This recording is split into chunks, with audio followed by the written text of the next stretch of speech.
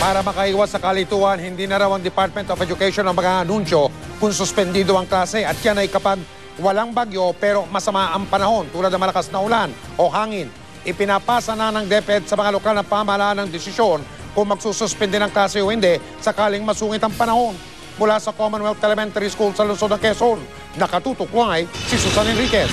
Susan? Maeksakto sa panahon ng tag-ulan ang pagbubukas ng klase sa bansa. Kaya ang DepEd may bagong guidelines sa pagpapatupad ng suspension ng klase kapag malakas ang ulan o kaya naman ay may bagyo. Panahon ng tag-ulan ng pasukan sa Pilipinas. Kaya tuwing bubuhos ang malakas na ulan, tila mga basang sisiw ang mga estudyante. Kanina, bumuhos ang malakas na ulan. Kaya ang mga magulang na ito, 2:00 pa lang ng hapon, nakabang na sa kanilang mga anak. Kahit 3:00 pa ng hapon ang labas ng kindergarten pupil sa Commonwealth Elementary School. Kasi umuulan. Kailangan yung mga bata, abangan kaagad. Dahil hindi sa pag-uulan. Merap kasi, balik-balik din eh. Ito ang dahilan kaya may ilang nagmumungkahing ilipat sa ibang buwan ang pagbubukas ng klase. Pero ang ilang magulang nais na sa buwan pa rin ng Hunyo ang pasukan kahit panahon ito ng tag-ulan. Kasi nakasanayan na kasi ganitong buwan di ba? Ay, hindi na. Tama na, okay na ho itong June. Dahil talagang yun ang nakagis na ho ng tao na pumapasok talaga sa saktong oras, sa saktong buwan. Ang DepEd nagpalabas ng bagong guidelines sa pagsuspinde ng klase kapag malakas ang ulan para iwas kalituhan na rin sa mga magulang at estudyante kung sino nga ba ang magdedeklara ng class suspension. Sa DepEd Order No. 43, hindi na mag-a-announce ng class suspension ng DepEd sa elementarya at high school kundi ang local government units na. Paliwanag ng DepEd, mas practical daw ito dahil ang local government units ang nakakaalam ng sitwasyon sa kanilang lugar. Maaari rin daw magkansela ng klase ang prinsipal ng paaralan. Pero kung may bagyo, ang Pag-asa na raw ang magdedeklara ng suspensyon ng klase. Kapag signal number 1, otomatikong kanselado o suspended ang mga klase sa preschool at kindergarten. At kapag nasa signal number 2 at 3, kanselado ang klase sa lahat ng level. Para naman sa college students, ayon sa Commission on Higher Education, otomatikong suspendido ang klase kapag signal number 3. Sa bagong guideline ng DepEd, inaasahang magiging mas epektibo ito lalo pat may mahalagang papel na gagampanan ng mga lokal na pamahalaan na higit na nakakaalam ng sitwasyon sa kani-kanilang mga lugar. Mike? Ulitin natin, Susan, para malinaw, lalo na sa mga estudyante at mga magulang. Kapag walang bagyo, ibig sabihin, kapag walang nakataas na babala ng bagyo or storm signal, pero masama ang panahon, hindi ang DepEd, kundi ang mga lokal na pamahalaan ang mag-aanunsyo kung suspendido ang klase. Susan?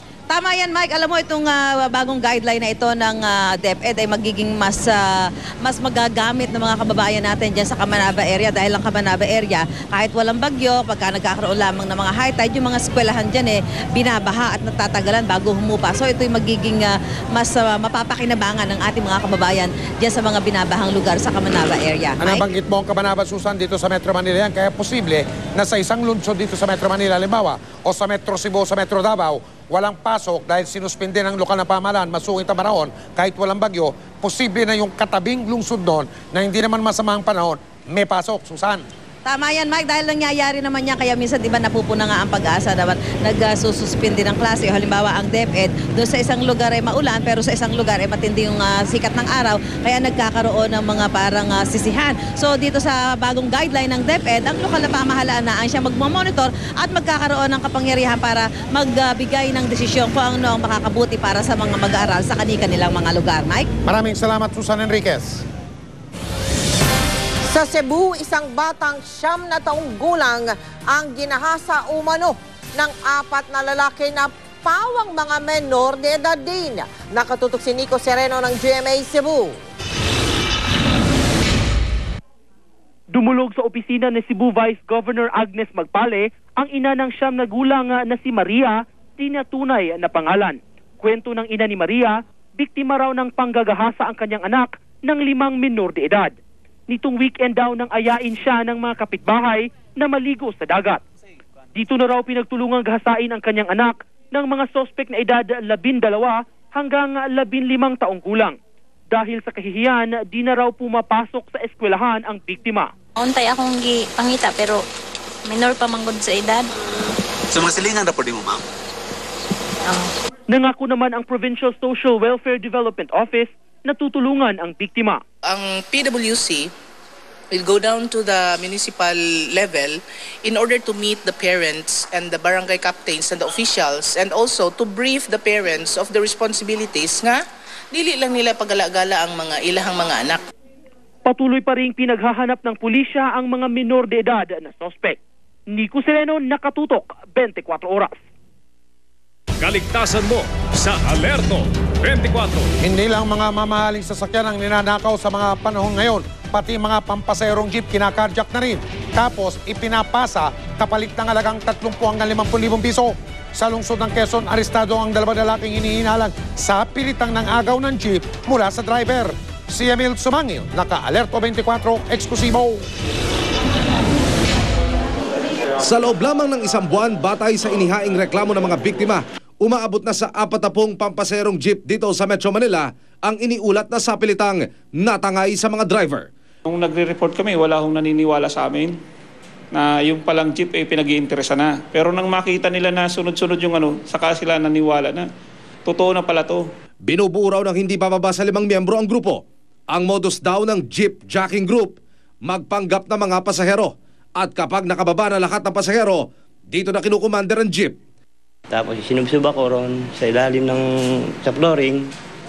Ang sabi niya sa akin, huwag kang mag-iingay, papatayin kita. Opo. Pagkakasabi. Hindi, sa takot ko, hindi na ako gumalaw. Hanggang ibinaba niya ako sa Southwoods. Lahat ng complainant, iisang salaysay, dinadala ang jeep sa Southern Tagalog at ang driver doon na rin iniiwang walang saplot sa katawan. Habang tumatakbo kami sa expressway, pinapahubad-hubad nila ng damit at saka shirt. Pagdating doon sa Southwoods, may mga puno yata ng doon. Mga talahib? O mga puno ng kahoy. Oh. Doon nila ako binaba. Ang pulisya, labis din daw ikinagulat na pati pampaserong jeep pala, tina-target na ngayon ang mga karnaper. Kahapon, nasa kote ng QCPD ang dalawa sa sinasabing miyembro ng grupo. Tatangin daw sana ng mga suspect ang pampaserong jeep na ito na higit kalahating milyon ng presyo. Pero nanlaban daw ang driver nito kaya nadisgrasya ang jeep, dahilan para mahuli naman ang mga suspect. Bumusina yung driver. Doon ako nakatakot pansin nung movie natin ngayon. Nang hinabol, yun, nagpapagingong-giwang, yun, nakapagbuno na pala sila doon sa jeep. Sa tactical interrogation ng mga pulis, inamin ang suspect na ibinebenta raw ng 30 hanggang 50,000 piso ang isang jeep. Batangas po sir, ganun. Tapos minasalo lang po sa amin. Ano yan? Ino-order sa inyo? Parang ganun po. Umaasa mga biktima na marerecover pa nila mga jeep nila na karamihay tanging hanap buhay daw nila. Ang nabibigyan lang na atensyon yung mga mamahaling sasakyan eh. Opo. Sana kahit itong maliit na tao, kaming maliliit na tao at panghanap buhay, sana mabigyan din kami ng atensyon. Emil Sumangil, Nakatutok, 24 Oras.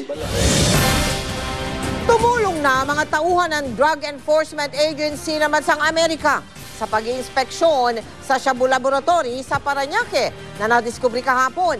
Sa laki ng laboratorio, kaya raw nitong gumawa ng aabot sa mahigit 2 bilyong pisong halaga ng shabu kada buwan. Nakatutok si Marisol Abduraman.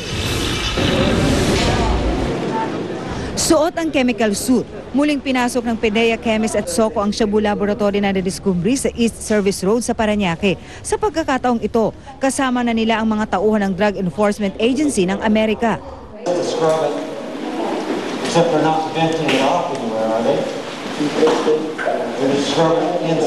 Kapag may ganito kalaki po na kaso, there is a chance that some counterparts, international counterparts, might be able to help because they might have holdings.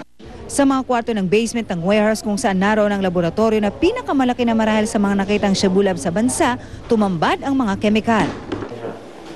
41 na rin. Ayun. Lahat may mga uling sa ilalim. To keep yung amoy from coming out, parang finifilter niya yung amoy. Diba yung uling ginagamit yun para hindi mabaho. Sa ikatlong palapag, drum-drum pa rin kemikal ang nakaimbak. May mga nakita rin tirang finished product ng shabu sa ilang lab equipment. Ito yung crystalline substance na posibleng finished product na. Sa sobrang laki ng laboratoryong ito, kaya doon ito mag-produce ng 4 hanggang 500 kilo ng shabu kada buwan. Kaya kung pagbabasihan daw ang presyo ng shabu ngayon, kumikita ito ng tumataginting na mahigit 2 bilyong piso kada buwan. Maging ang US drug agent nga raw nagulat sa laki ng drug lab. Sabi nga niya, ito ay mega laboratory, according to him. Tukoy na ng mga otoridad ang may-ari ng warehouse at mga umuupa na nagbabayad daw ng mahigit 400,000 pesos kada buwan. Isinumitin na rin ng allegedly ng may-ari yung mga post-dated checks na binabayad at ito ay subject pa rin ng ating investigasyon. We will be seeking the help of other government agencies to verify kung kanino ba itong checking account na ito.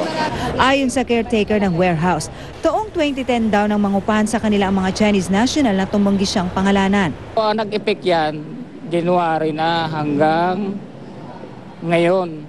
Kasi dapat 2 years ang kasi 1 year tapos nag-recontract ulit. Nagbabayad naman po ba sila? Oo, okay naman ang pagbayad. Kailan po sila huling nagbayad? Alam ko ang last payment nila April, May. Pero wala raw silang alam na aktibidad ng grupo.